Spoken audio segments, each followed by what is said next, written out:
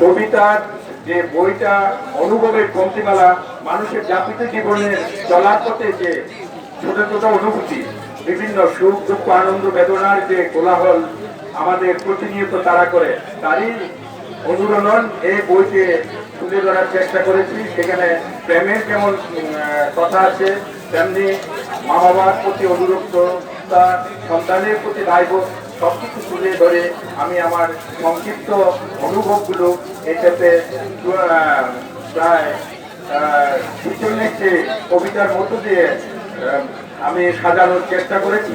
প্রকাশ করেছেন মেঘদূত প্রকাশনী, আমি তাদের প্রতি আন্তরিক কৃতজ্ঞতা জানাচ্ছি এবং আমার সবচেয়ে বেশি কৃতজ্ঞতা জানাতে চাই যিনি আমাকে উদ্বুদ্ধ করেছেন। আমাদের এই প্রকাশনা আমার অনেক দিক থেকে অনেক লেখা আছে, কিন্তু লেখার কখনো ছাপাইনি।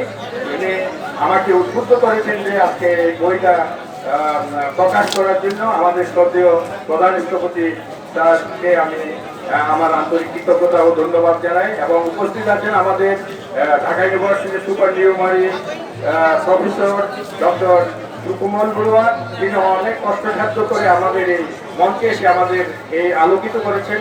আমি আমার পক্ষ থেকে এবং আমার পরিবারের পক্ষ থেকে এবং আমার দপ্তরের পক্ষ থেকে তার প্রতি আন্তরিক কৃতজ্ঞতা জানাচ্ছি।